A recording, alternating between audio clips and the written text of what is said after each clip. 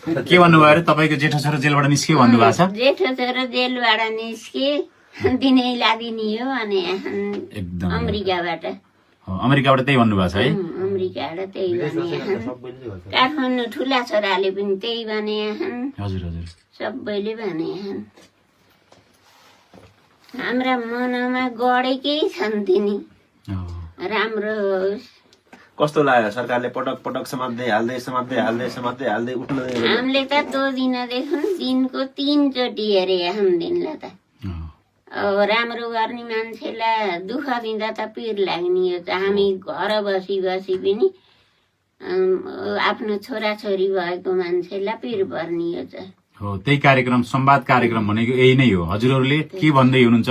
हामीलाई राष्ट्रिय स्वतन्त्र पार्टी हामीले फेरि टिभी हेर्ने गर हजुर हजुर पत्रकारमा छँदा पनि उनले धेरै अरूको अब मैले भने हजुर हजुर हामी ठिक छौँ जसको गरे पनि अब त्यो राम्रो मान्नु पर्छ कि उदार भन्ने कुरा मान्छेमा त्यो कारणले हो कि।